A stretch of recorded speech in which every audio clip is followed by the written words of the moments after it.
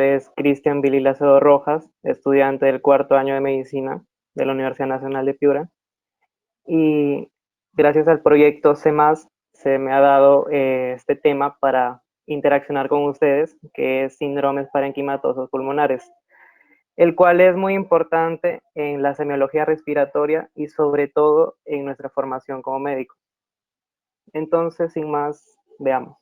Para definir qué es un síndrome parenquimatoso pulmonar, vamos a definirlo como el conjunto de signos y síntomas de diversas patologías que van a afectar el parénquima pulmonar. El parénquima pulmonar, para recordar, es la parte funcional del pulmón, es decir, los alvéolos. Pero en estos síndromes parenquimatosos pulmonares también van a estar incluidos los que afecten al intersticio, como podrán ver aquí en lo que estoy señalando. ¿Por qué? Debido a la cercanía que hay entre el alvéolo pulmonar y el espacio intersticial. El espacio intersticial va a servir, además de tejido de sostén de los alvéolos, va a servir para la difusión de los gases que van a permitir la hematosis, en el caso de la difusión de oxígeno por parte del alvéolo hacia el capilar y dióxido de carbono por parte del capilar hacia el alvéolo. Estos gases van a pasar a través del espacio intersticial y se va a dar la hematosis. Los síndromes parenquimatosos van a ser divididos en tres, muy característicos. Tenemos el síndrome de condensación, el síndrome intersticial y el síndrome cavitario. Veamos qué es el síndrome de condensación. En primer lugar, debemos decir que el parénquima pulmonar en situación no patológica, es decir, en una situación normal, es heterogéneo. ¿Y qué le da esta heterogeneidad? Los alvéolos y los tabiques interalveolares. Juntos forman los sacos alveolares, que van a ser el resultado de muchas subdivisiones por parte de los tubos aéreos que tenemos en el árbol respiratorio. Y a manera de recordar, vamos a, digamos, a ver que en la tráquea, a nivel de la vértebra T4, va a dividirse en dos bronquios, en bronquio primario derecho y en el bronquio primario izquierdo. Estos bronquios, a su vez, van a dividirse en bronquios lobulillares, que van a ser 3 para el derecho y 2 para el izquierdo. Luego estos se van a dividir en bronquios segmentarios, los cuales hay cierto debate con respecto al número de los bronquios segmentarios, porque algunos libros mencionan que el izquierdo tiene 8 y el derecho tiene 10. Otros dicen que ambos tienen 10 y otros dicen que uno tiene 7, el izquierdo, y el derecho tiene 10. Pero lo más importante es de que los bronquios segmentarios van a seguir ramificándose, subdividiéndose, hasta llegar a un tubo aéreo que ya no va a estar rodeado por cartílago. Cuando llega a esa parte, se va a llamar bronquiolos.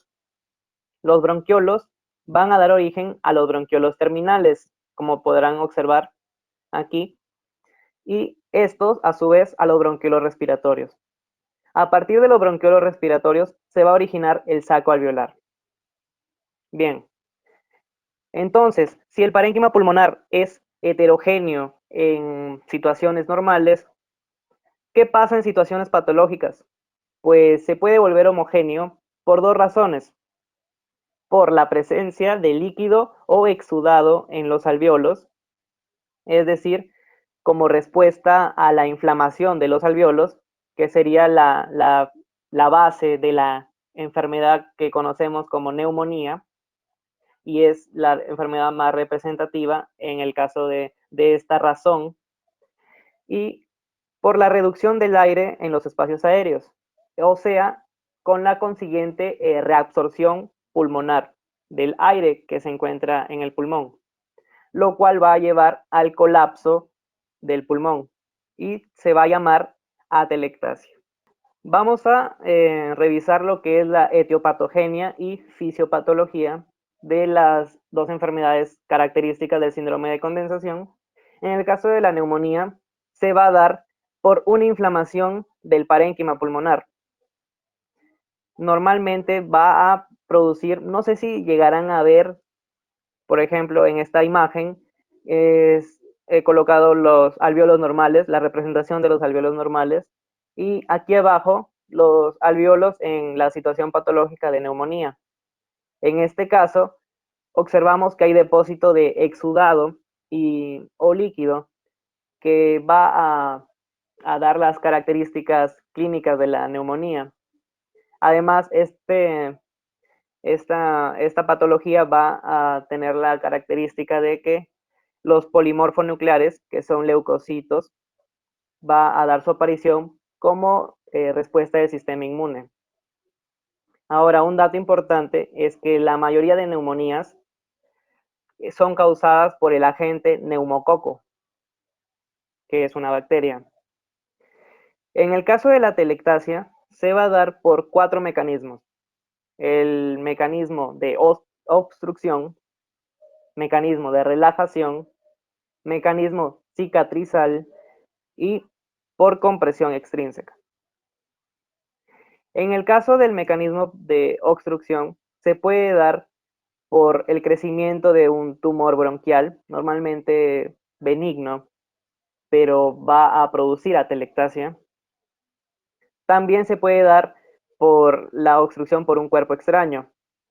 Cabe recordar que la atelectasia se da porque se obstruye un bronquio de gran o mediano tamaño. Por cuerpo extraño también se puede dar y esto va a ser un cuadro más agudo debido a que la persona no va a poder respirar de inmediato al momento de tener el cuerpo extraño en su árbol respiratorio. Ahora, el mecanismo de relajación se va a dar por otras patologías, en el caso del neumotórax y el derrame pleural. ¿Por qué? Porque en el neumotórax y el derrame pleural se va a acumular aire o líquido, respectivamente, a nivel de la pleura, lo cual va a permitir que el pulmón entre en un proceso de relajación y por ende en el colapso pulmonar. Ahora, el mecanismo cicatrizal se ve en la fibrosis pulmonar idiopática, que es el engrosamiento del tejido intersticial por un constante daño que se da a nivel de este, y lo cual voy a explicarlo mejor en ya las siguientes diapositivas. Y ahora el cuarto mecanismo, que es la compresión extrínseca, que se da poco, pero puede pasar en el caso de distensión abdominal, una enfermedad característica que produce distensión abdominal es la cirrosis hepática. ¿Por qué? Porque en la cirrosis hepática se da edema en la cavidad abdominal, que le conocemos como ascitis, lo cual este aumento de volumen va a producir el desplazamiento de los pulmones y su consiguiente relajación. Por esos mecanismos se pueden dar esas enfermedades. Bien, con respecto a las manifestaciones clínicas de la neumonía, vamos a encontrar en que un paciente con esta patología va a presentar fiebre, normalmente mayor de 37.8 grados centígrados, dolor torácico, que el paciente no lo va a referir así, pero según la bibliografía se da en tipo puntada de costado, pero ellos, o sea, los pacientes, te pueden referir que ellos sienten como si les hincaran con una aguja.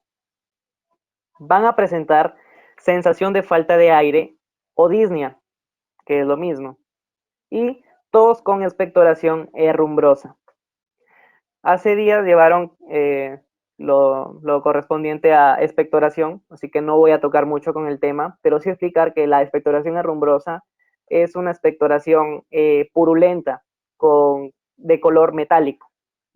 Ahora, la neumonía normalmente presenta estos síntomas. Sin embargo, existen algunos patógenos que pueden producir una neumonía, pero que no se caracterice por los síntomas que ya he expuesto, sino de que si bien pueden presentar disnea, van a presentar tos seca, tal vez algo de fiebre, como que no puede presentarlo, cefalea, vómitos, diarrea, mialgias.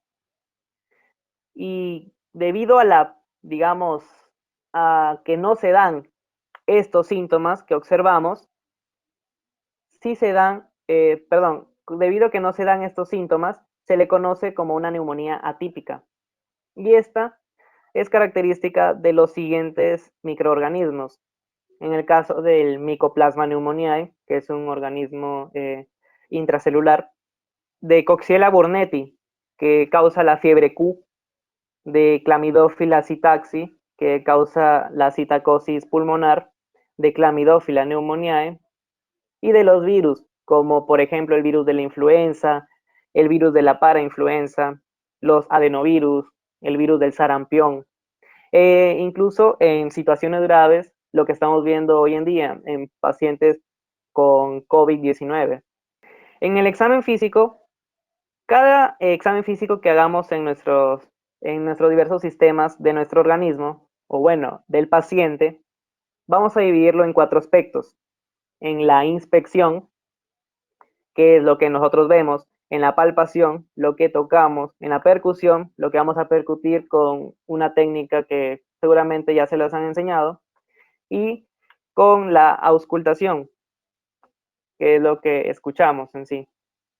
Bien, en la inspección vamos a encontrar a un paciente con taquipnia, es decir, con la frecuencia respiratoria aumentada, es decir, más de 20 respiraciones por minuto. En la palpación vamos a encontrar la amplexación torácica disminuida. Pero vamos a encontrar aumento de las vibraciones vocales, debido a que los procesos de consolidación y sobre todo en la neumonía producen esta buena conducción del sonido. Este dato es muy importante que lo tengamos en cuenta, ya que va a ser las vibraciones vocales un dato diferencial que nos va a ayudar en ver si es neumonía o atelectasia. Además, claro está, del contexto en que se presente o los demás hallazgos que tengamos. En la percusión escucharemos un sonido mate que se asemeja o se puede, digamos, comparar con el sonido que hacemos al percutir el corazón o el hígado, que son órganos macizos. En el caso del pulmón, no se debe de dar este sonido en situación normal. O también submatidez, que, bueno, en lo que se diferencian ambos es en la sonoridad. Uno es más sonoro que el otro. Tenemos la auscultación.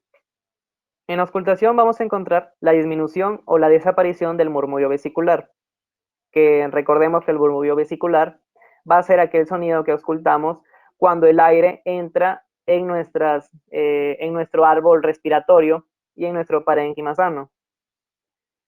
Y vamos a encontrar estertores. Los estertores de por sí son sonidos patológicos. Estertores húmedos, crepitantes o subcrepitantes.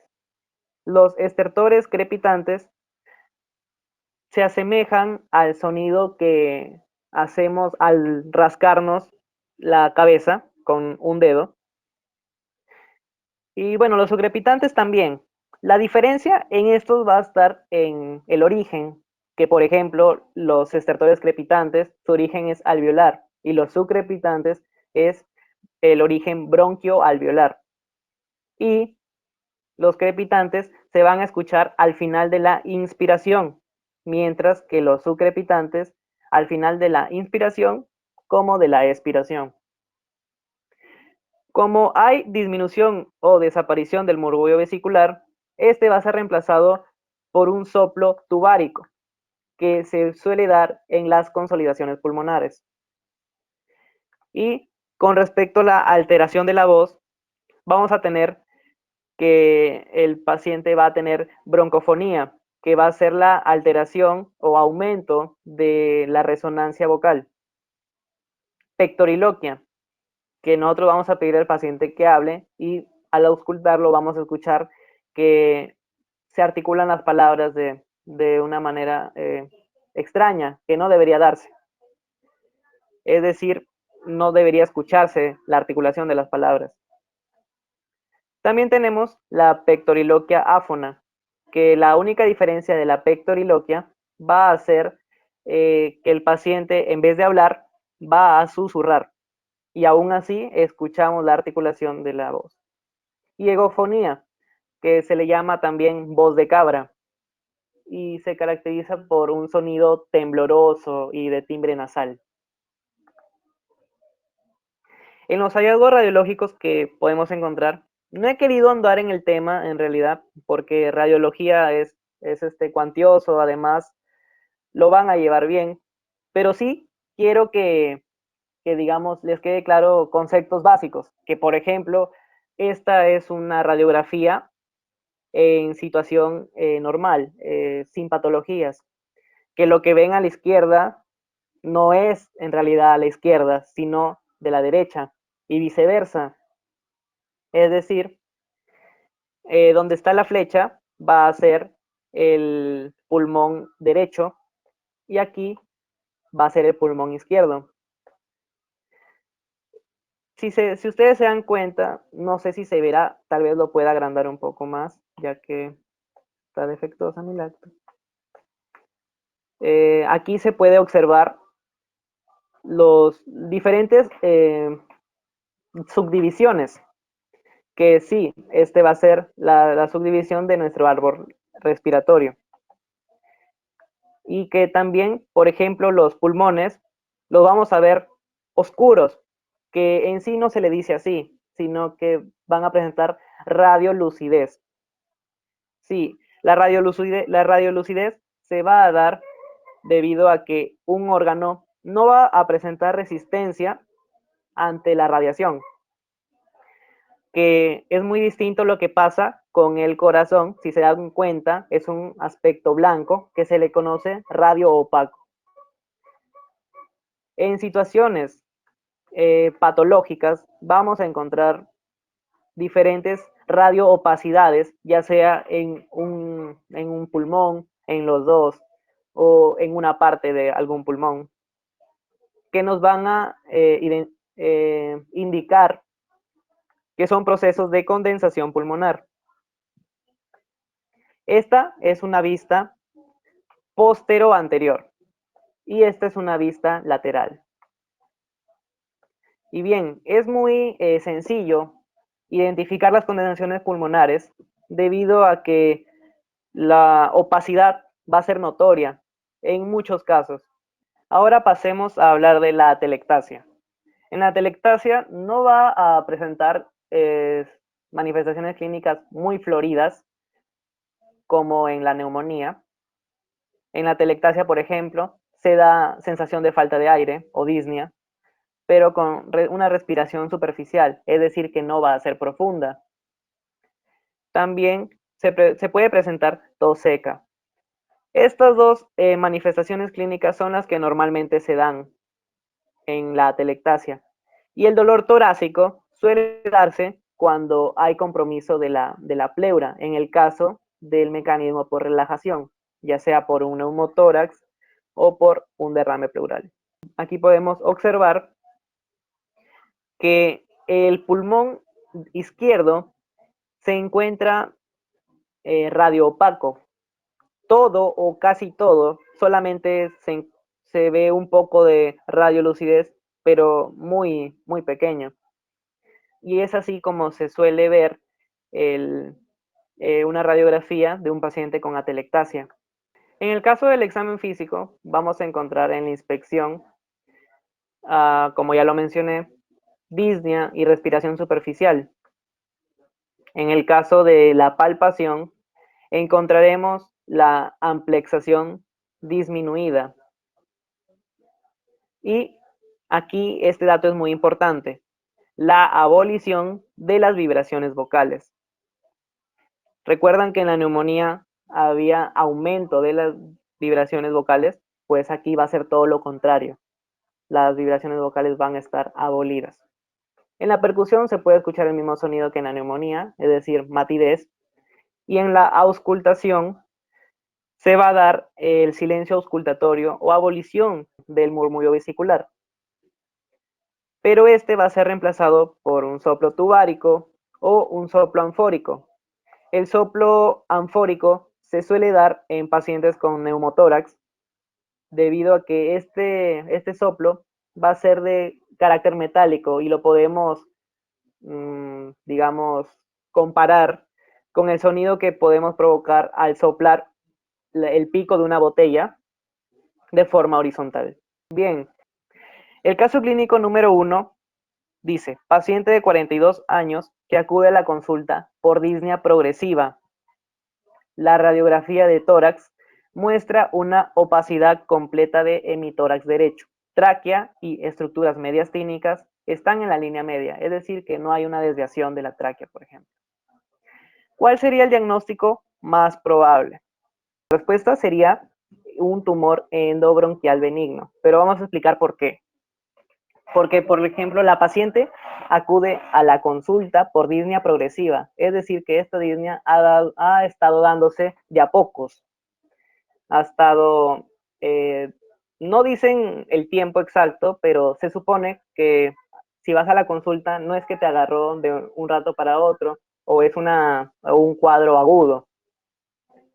Y la radiografía de tórax va a mostrar opacidad completa del hemitórax derecho, es decir, podría darse, ya sea, bueno, podría darse un síndrome de condensación.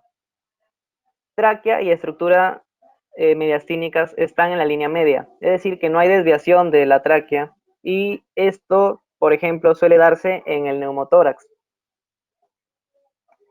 el cual nos piden el diagnóstico. ¿Y por qué no sería un derrame pleural masivo? Porque este sería un cuadro agudo y no tiene, digamos, las características de un cuadro agudo, esta disnea de la paciente o del paciente, no especifique el sexo, ¿verdad? Carcinoma de pulmón suele producir disnea, pero el carcinoma de pulmón no va a producir una opacidad de todo el hemitórax derecho. El neumotórax puede producirlo, pero tampoco se va hacia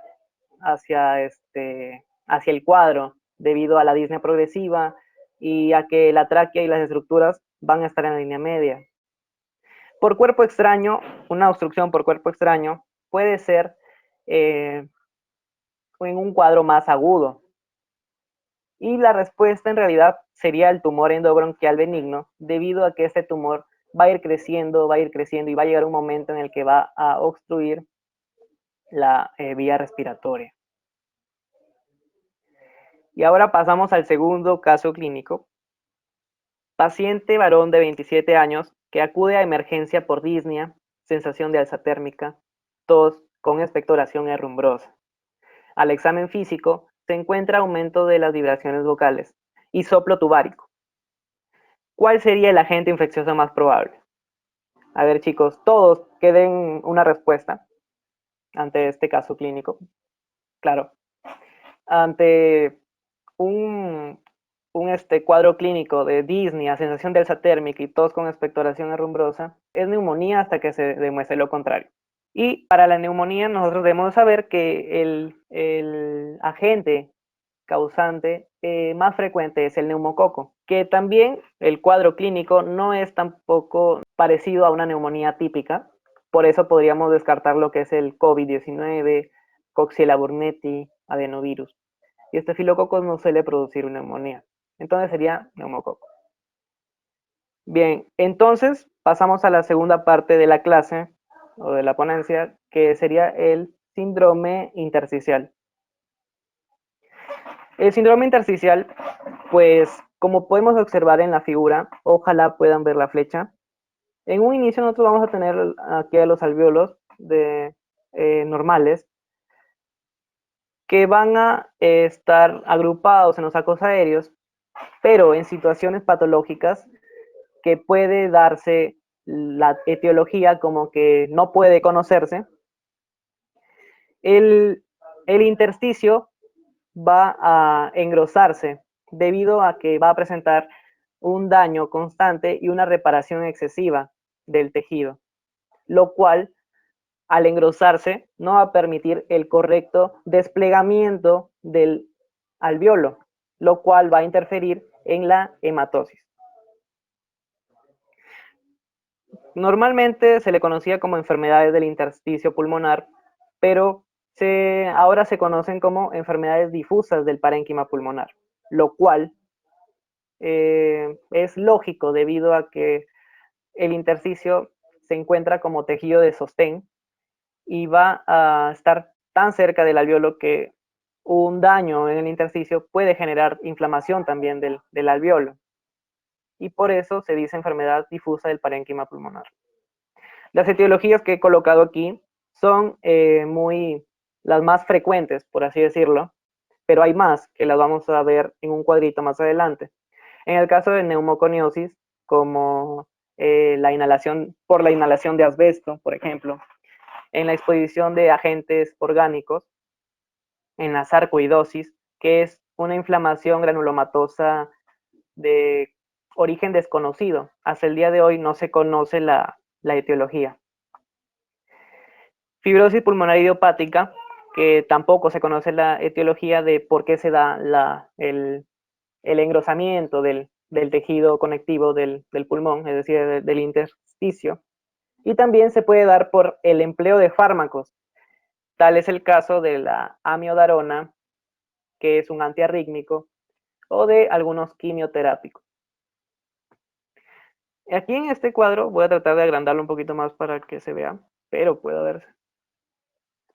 Bueno, tenemos las enfermedades, digamos, que más se relacionan con el síndrome intersticial en negrita y las de menor prevalencia, que van a ser las que las que no están en negrita. Creo que aún nos alcanza el tiempo como para mencionar en sí qué es cada una. Y podemos decir que, por ejemplo, la fibrosis pulmonar idiopática se suele dar en edades de jóvenes, adultos, pero prevalentemente en adultos y ancianos. Pero no se sabe por qué. La paciente o el paciente siempre estuvo sano, nunca tuvo una enfermedad concomitante que pudiera provocar este cuadro de fibrosis. Muy distinto a lo que es la fibrosis pulmonar asociada a colagenopatías. En el caso de esto, pacientes con artritis reumatoide o esclerodermia van a presentar fibrosis pulmonar cuando esta enfermedad ha sido ya muy crónica. Suelen presentar esta complicación. En el caso de la neumonitis por fármacos, pues se ha demostrado que algunos fármacos irritan lo que es el alveolo y se le llama neumonitis por la, digamos, inflamación del alveolo o del parénquima, pero por causas no infecciosas. La sarcoidosis, que ya lo expliqué, la neumonía eosinofílica, que va a ser un tipo de neumonía en la que el depósito de eosinófilos a nivel de los alveolos va a ser excesivo. Se va a dividir en dos, en neumonía eosinofílica crónica y aguda. En la aguda se ha encontrado cierta relación con la presencia de algún alérgeno que puede provocarlo, mientras que la crónica, que es la que más causa la enfermedad difusa del parénquima pulmonar, no se encuentra o no se asocia al agente que puede provocarlo. En el caso de inhalación de polvos inorgánicos, es conocido como neumoconiosis y, por ejemplo, se da en la inhalación de asbesto. Creo que ya lo mencioné. Bueno, también en el caso de insuficiencia cardíaca, sobre todo la insuficiencia cardíaca izquierda, que va a producir edema a nivel del intersticio y por ende no va a estar en constante, digamos, daño y reparación el mismo. Y por eso se va a producir la fibrosis, pero ya de manera más crónica, ¿no? Tenemos también la linfangitis carcinomatosa, que va a hacer un tipo de metástasis a nivel del pulmón con el tumor primario fuera del mismo. Es decir, del tumor primario migraron células hacia el pulmón a través de las vías linfáticas. En el caso de neumonitis por radiación, también se han encontrado algunos casos y esos serían, digamos, los más prevalentes. Luego tenemos las enfermedades que producen enfermedad difusa, pero ¿qué será? De un millón uno lo presenta.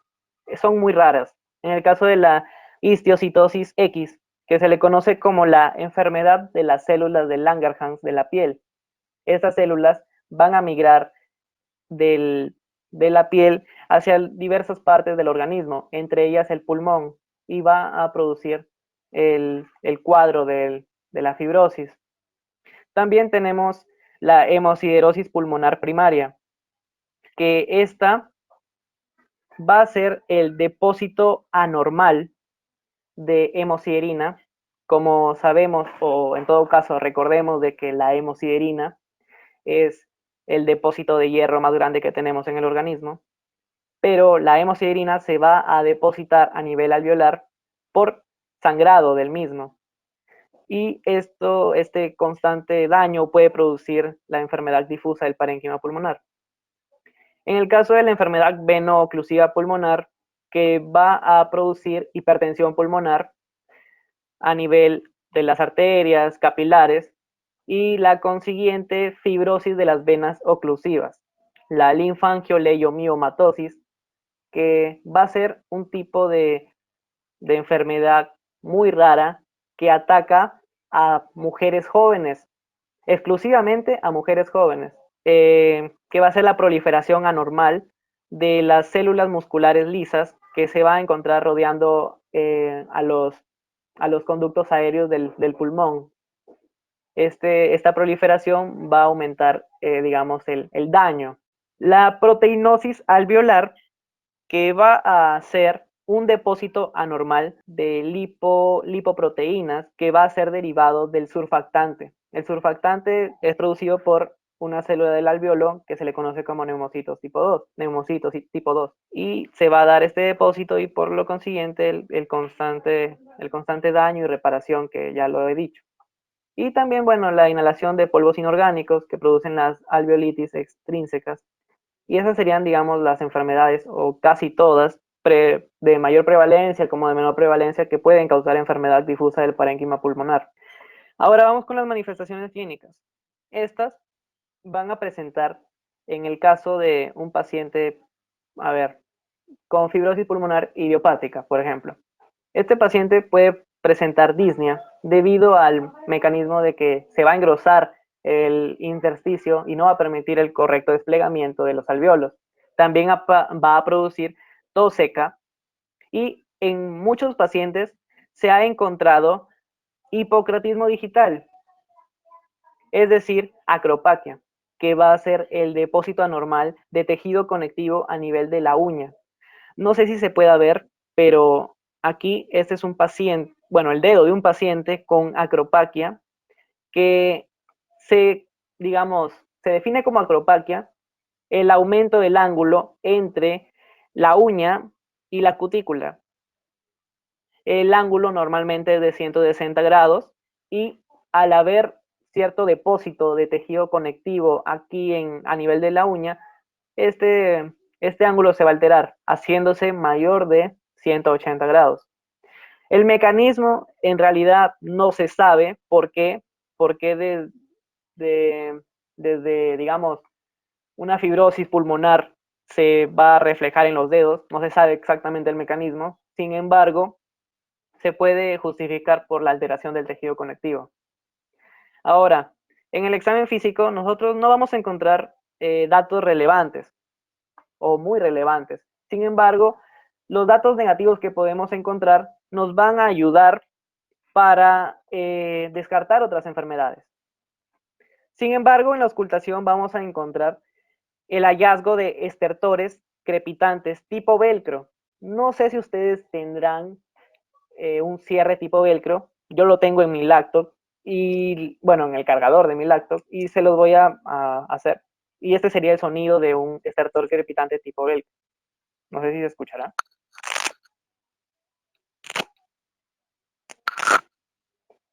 Espero se haya escuchado. Y así sería el sonido.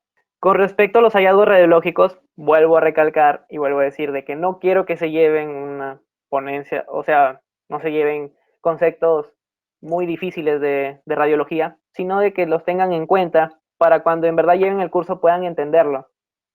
En el caso de la radiografía de tórax, podemos encontrar diversos patrones, patrones nodulares, es decir, nódulos que van a estar presentes, o bueno, van a ser de tamaño no mayor a 2 milímetros.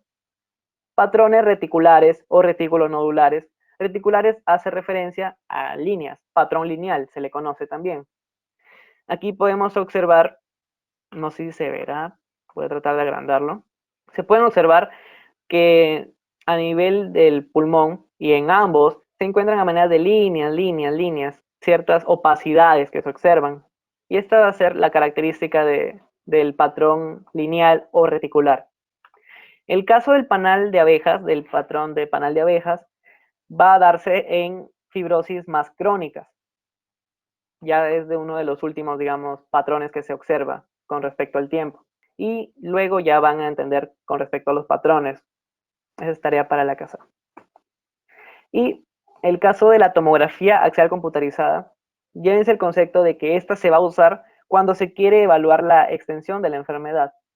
Es decir, cuando, por ejemplo, queremos evaluar si existen más opacidades y podemos encontrar en el caso de la opacidad en vidrio esmerilado, que va a darse a nivel del pulmón, pues, ¿no?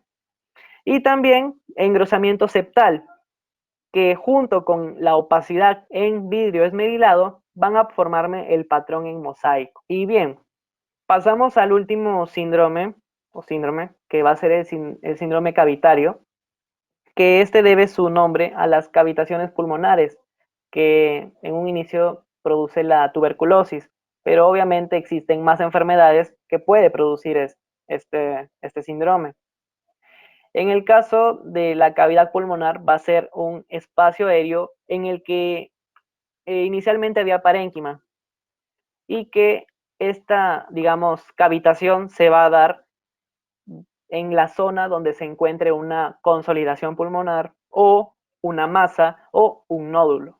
Tenemos tres etiologías muy claras que pueden producir el síndrome cavitario. Tenemos el caso de las etiologías inflamatorias, que va a ser las enfermedades que lo producen, el granulomatosis de Wegener, que es un tipo de vasculitis, es decir, una inflamación de los vasos sanguíneos a nivel pulmonar, que también se le conoce como poliangeitis con granulomatosis. También tenemos el caso de la sarcoidosis, que ya lo expliqué como qué es en sí. De etiología neoplásicas tenemos al carcinoma broncogénico necrosado y también las metástasis necrosadas que se pueden dar al nivel pulmonar.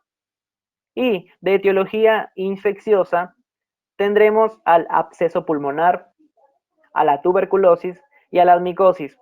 En general, las oportunistas, es decir, se van a dar en pacientes que van a estar inmunodeprimidos, como en el caso de la aspergilosis, pero también se podría dar en micosis sistémicas, como es el caso del paracoccidioides brasilensis o coccidioides ignitis. En el examen físico podemos encontrar que en la inspección se va a encontrar la disminución de la movilidad respiratoria, como que no podría encontrarse. También en la palpación podemos encontrar amplexación disminuidas y aumento de las vibraciones vocales, sobre todo en la zona de la cavitación. En la percusión podemos encontrar sonoridad disminuida, que como dije hace ratito, va a darse sobre todo en la zona de cavitación. Y en la auscultación vamos a encontrar la abolición del murmullo vesicular, sobre todo en la cavitación, en el lugar de la cavitación, que va a ser reemplazado por un soplo tubo cavitario o anfórico. El cavitario va a ser una variante del soplo tubárico, que se van a diferenciar en su sonoridad, más que todo. Y también se puede encontrar un soplo anfórico, que ya sabemos que es el de carácter metálico y que normalmente no se suele ver en las cavitaciones pulmonares, sino en neumotórax. En la auscultación vamos a escuchar estertores cavernosos. La comparación que hacen para identificar este sonido es que es un sonido parecido a cuando nosotros con un palito movemos agua enjabonosa, lo cual me pareció muy raro, sinceramente. Pero según la teoría es eso. Y el gorgoteo cavitario también se puede encontrar que va a ser lo mismo que los estertores cavernosos, pero con, digamos, eh, van a ser más constantes y con burbujas, se van a escuchar burbujas más grandes. Y para terminar casi, aquí tenemos la comparación, aquí una radiografía de un síndrome cavitario, en el caso de un paciente con nocardiosis pulmonar, que esta se va a dar por la infección de una bacteria que es Nocardia asteroidis, que normalmente se contrae por inhalación. Bueno, en el caso de la figura A, se va a encontrar una cavitación a nivel del lóbulo superior izquierdo. Ya saben, lo que ven a la derecha no es a la derecha, es a la izquierda. Yes. Entonces, en el lóbulo superior izquierdo se va a encontrar a manera de una cierta radiolucidez, pero las paredes van a estar más mal definidas. Me olvidé de mencionarles que las cavitaciones también suelen tener paredes, pero mayores a 4 milímetros, lo cual en la tomografía axial computarizada se puede observar una zona de condensación también en el lóbulo superior izquierdo, lo cual va digamos, a guardar relación con la teoría de que las cavitaciones se suelen producir en una zona de condensación o en una zona donde se encuentra un nódulo o una masa. Y ahora para terminar la clase en sí, vamos a revisar este caso clínico. Paciente mujer de 62 años de edad con antecedentes de artritis reumatoide desde hace 27 años, medicada con metotrexate y sulfasalacina. Estos medicamentos son modificadores de enfermedad. Refiere sensación de falta de aire, es decir, disnea, al caminar más de 5 cuadras y tos seca desde hace 6 meses. En el examen físico encontramos acropaquia en los dedos de las manos. La pregunta es, ¿qué otra manifestación clínica es probable que se encuentre en el paciente? Muy bien, muy bien. Claro, es muy característico lo que es los crepitantes tipo velcro, que si en caso se consiguen un cierre tipo velcro, nunca se van a olvidar del sonido. Y bueno, eso sería todo conmigo, la verdad. Muchas gracias, chicos.